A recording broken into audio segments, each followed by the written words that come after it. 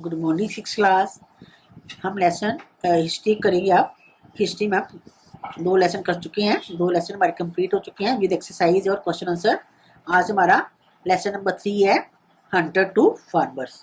तो सबसे पहले हम इसके शॉर्ट क्वेश्चंस करेंगे। फर्स्ट क्वेश्चन है, what was the cause of flourishing of the flora and fauna of the earth. Earth के ऊपर फ्लोरा एंड फोना, एनिमल्स और वेजिटेशन के फ्लोरिश होने का क्या कारण था। Answer is the climate of the earth has begun to grow warm, this gave rise to the flourishing of flora and fauna on the earth.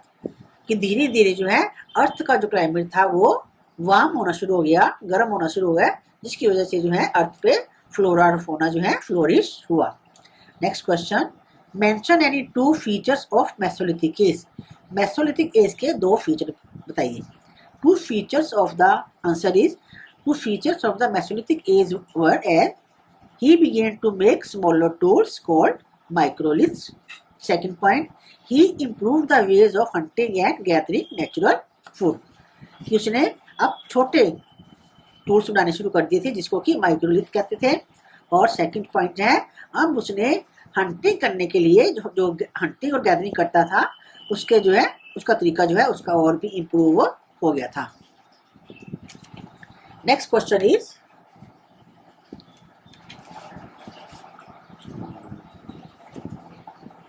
In which age did man begin to produce food. कौन सी as में man ने अपना जो भोजन है, अपनी जो क्रॉप्स है प्रोड्यूस करनी शुरू की थी। Man, answer is man began to produce food in the neolithic age, he grew rice, wheat and barley. Neolithic age में जो है उसमें क्रॉप्स को उगाना सीख लिया था और अब वो कौन कौन सी फसलें, राइस है, व्हीट है, बार्ली है, इनको ग्रो करता था। Next question is, how did the man in neolithic age use to store food. अब खाना जब क्रॉप्स को ग्रो करता था तो सारा जो ग्रो करता था फूड सारा तो खाने लेता था, तो उसको स्टोर करने के लिए सरप्लस फूड होता था उसको स्टोर करने के लिए वो क्या करता था। Answer is to store surplus grain, man began to weave basket with wild grasses and converted them with wet clay. He dried them in the sun. Surplus grain को स्टोर करने के लिए उसने बास्केट जो है वाइल्ड ग्रासेस, जंगली घास से टोकरियां बुननी शुरू की और उनको फिर वेट क्ले से, गिल्ली मिट्टी से उसको कवर कर देता था। फिर उसको जो है सन में ड्राई करता था और वो जो है सरप्लस फूड को स्टोर करने के लिए यूज करता था। Next question is, was the invention of wheel an achievement for early man। क्या व्हील की इन्वेंशन से अर्ली मैन की क्या अचीवमेंट गेन की थी। Yes, answer is yes, the invention of wheel was an achievement for early man. It helped to improve his transport and helped the pace of development। Wheel के invention जो है उससे उनको अपने ट्रांसपोर्ट में improvement हुई और उससे जो है डेवलपमेंट की ओर आगे और रास्ते मिल गए।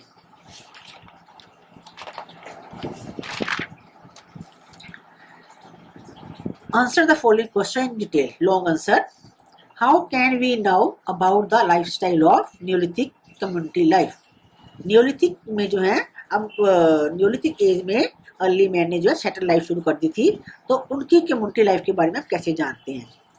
Answer is the custom and practices followed by the present day tribes that are found in remote regions have not changed with time. By observing these tribes we can now about the lifestyle of the neolithic community life. अगर हम आज भी India के remote areas में जाएं और वहाँ के जो ट्राइब्स हैं उनके कस्टम्स और प्रैक्टिस को देखें तो हमें जो है न्यूलिथिक एज के जो कम्युनिटी लाइफ थी उनकी लाइफस्टाइल के बारे में पता चलता है, क्योंकि वो अभी भी चेंज नहीं। जो रिमोट एरियाज में ट्राइबल ग्रुप्स रहते हैं वो उनके कस्टम और प्रैक्टिस जो है वो अभी भी चेंज नहीं हुए हैं। Next question is, on what basis and how was the work divided among tribal people. Tribal people जो थे जब उन्होंने ग्रुप बन गए, उन्होंने सेटल लाइफ शुरू कर दी, फिर गांव बन गए और फिर जो है उन्होंने कैसे जो है उनके ट्राइबल पीपल जो है वो किस बेस पे अपने काम को डिवाइड किया। The work is divided among tribal people according to the age. जो ट्राइबल ग्रुप्स थे उन्होंने अपने काम को एज के अकॉर्डिंग डिवाइड किया। The eldest, strongest and the ablest man was chosen as the leader. जो सबसे ट्राइब का एल्डेस्ट है, स्ट्रॉन्गेस्ट था और एबलेस्ट मैन था, उसको एज ए लीडर चूज कर लिया गया। Man took over charge of hunting, ploughing and grazing. और जो मैन थे उन्होंने हंटिंग, गैदरिंग, ग्रेजिंग और प्लॉइंग का जिम्मेदारी उठा ली। Next point is women, children and old people performed like agricultural task। और विमेन जो थी, बच्चे थे, और जो ओल्ड पीपल थे घर के, वो एग्रीकल्चर के जो छोटे छोटे काम होते थे वो करते थे। Next point is both men and women engaged in pot making, weaving and making tools. Man, women ये सारे जो मिलके जो है पोट मेकिंग, बर्तन बनाने, वीव करना और टूल्स बनाना, ये सारे मिलके काम करते थे। Next question is, in which age was the first metal used by early man and what was it? First metal कौन सा यूज किया था और वो क्या था? Answer is, the first metal used by early man was copper.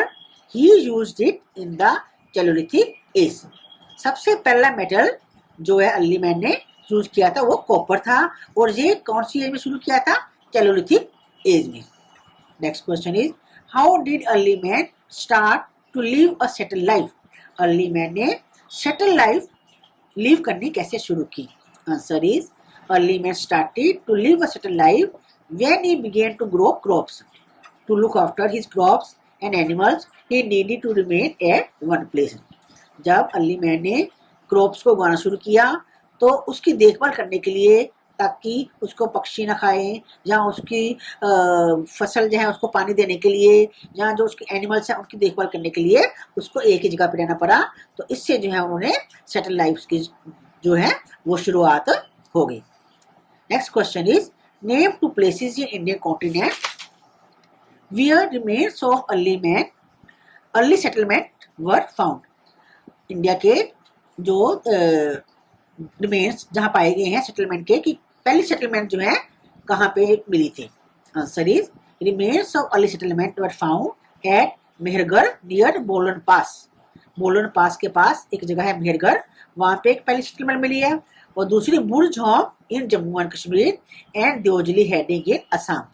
पहली जगह बोलन पास के पास मेहरगढ़, दूसरी जम्मू कश्मीर में बुरझोम, और तीसरी असम में द्योजली हेडिंग। ये अर्ली सेटलमेंट्स हैं जो हमें आज मिली हैं, जहाँ पे अर्ली सेटलमेंट जो सेटल हुआ था। ये तो आपके क्वेश्चन आंसर हो गए। अब हम इसकी एक्सरसाइज करते हैं। सबसे पहले हम इसके fill in the blanks. By dash animals could be brought under human control. कौन से तरीके से अर्ली मैन जो है एनिमल्स को अपने अंडर कंट्रोल करता था? आंसर आएगा डोमेस्टिकेशन,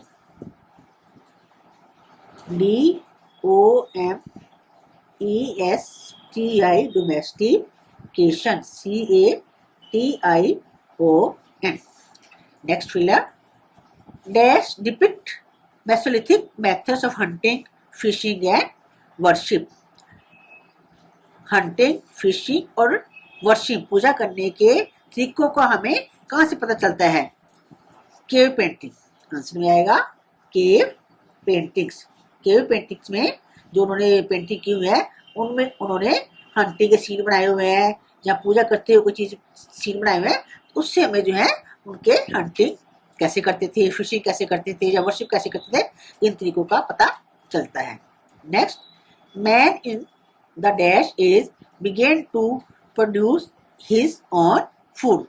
कौन सी एज में मैन ने अपना फूड प्रोड्यूस करना शुरू कर दिया? जी हमने भी क्वेश्चन में पढ़ा, तो इसका आंसर है neolithic age, NEO lithic LITHIC, neolithic age. Next question is, the invention of dash was an important step towards progress. किस चीज की इन्वेंशन से जो है उनकी प्रोग्रेस की तरफ पहला कदम था? तो ये तो सबसे है व्हील। जब उसने व्हील की इन्वेंशन कर ली तो उसकी प्रोग्रेस जो है डे बाय डे इंक्रीज होती चली गई। Next fill up is, the forces of death square the Neolithic man. कौन सी बातें जो है न्यूलिथिक मैन को डराती थी? The forces of nature. Nature मतलब जो कुदरती तौर पे, जैसे कभी आंधी आ गई या तूफान आ गया या कभी अर्थक्वेक आ गया, जो और भी कई नेचुरल फोर्सेज हैं वो होती थी, तो उससे जो है अर्ली मैन जो है वो सिक्योर हो जाता था। Now filling the sorry true false. First, we learn about the life of Mesolithic man from 4 types of sources। हमें मेसोलिथिक मैन के बारे में जानकारी मिलती है, उसके लिए हमें 4 सोर्सेज को देखना पड़ता है। ये रॉन्ग है। 3 टाइप्स ऑफ सोर्सेज हैं, 3 types of sources. This is a false. Next is at the time of harvest early man lived near the places where he had sown seeds. At the time of harvest, harvest मतलब जब फसल को काटना होता है, फसल को काटने के टाइम में अर्ली मैन को उस जहां पे उसने अपने बीज उगाए थे वहीं पे उसको रहना पड़ता था। It is a truth. See the dead were buried along with grains and weapon.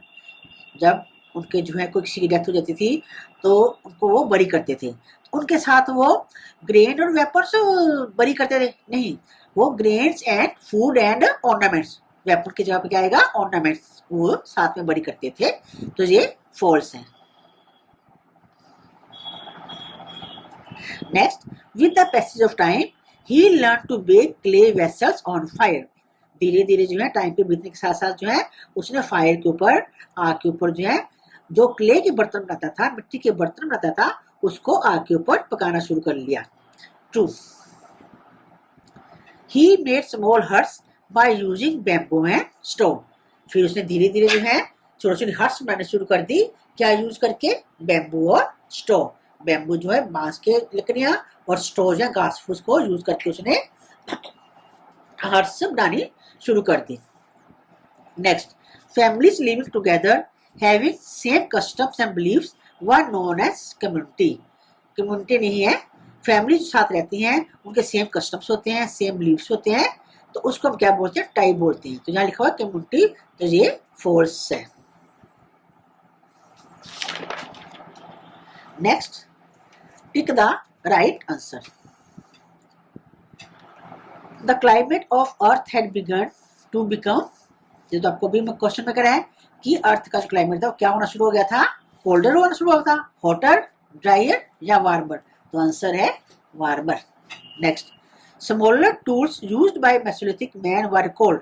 जो छोटे टूल्स मेसोलिथिक मैन यूज करता था उसको हम क्या बोलते थे? माइक्रोलिथ्स।